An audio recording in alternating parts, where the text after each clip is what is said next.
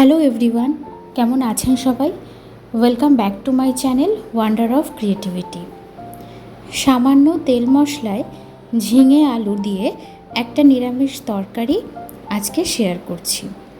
কড়াইতে প্রথমে সর্ষের তেল দিয়েছি। তেলটা গরম হলে ফোড়নে দেব একটা শুকনো লঙ্কা, একটা তেজপাতা, সামান্য গোটা জিরে। ফোড়নটা কিছুক্ষণ নাড়াচাড়া করার পর ডুমো ডুমো করে যে আলুটা কেটে রেখেছিলাম সেই আলুটা দিয়ে ভালো করে ভেজে নিচ্ছি। আলু ভাজার মধ্যে নুন দিয়ে দিচ্ছি। নুনটা এখানে একবারেই দিলাম। আলুটা লাল করে ভাজা হয়ে গেলে ঝিঙেগুলো দিয়ে দেব। ঝিঙেটাও ডুমো ডুমো করে কেটে ধুয়ে জল ঝরিয়ে রেখে দিয়েছিলাম। আলু আর ঝিঙে ভালো করে ভাজা হয়ে গেলে 1 চামচ হলুদ দিয়ে দিচ্ছি। হলুদটাও এখানে আমি একবারেই দিয়ে দিয়েছি।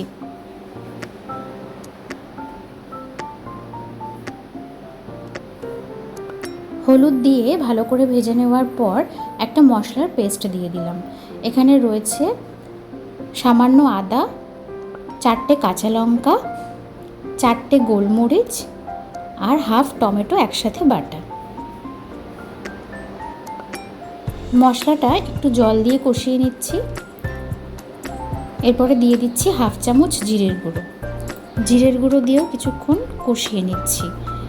এরপর দিচ্ছি হাফ চামচ শুকনো লঙ্কার গুঁড়ো।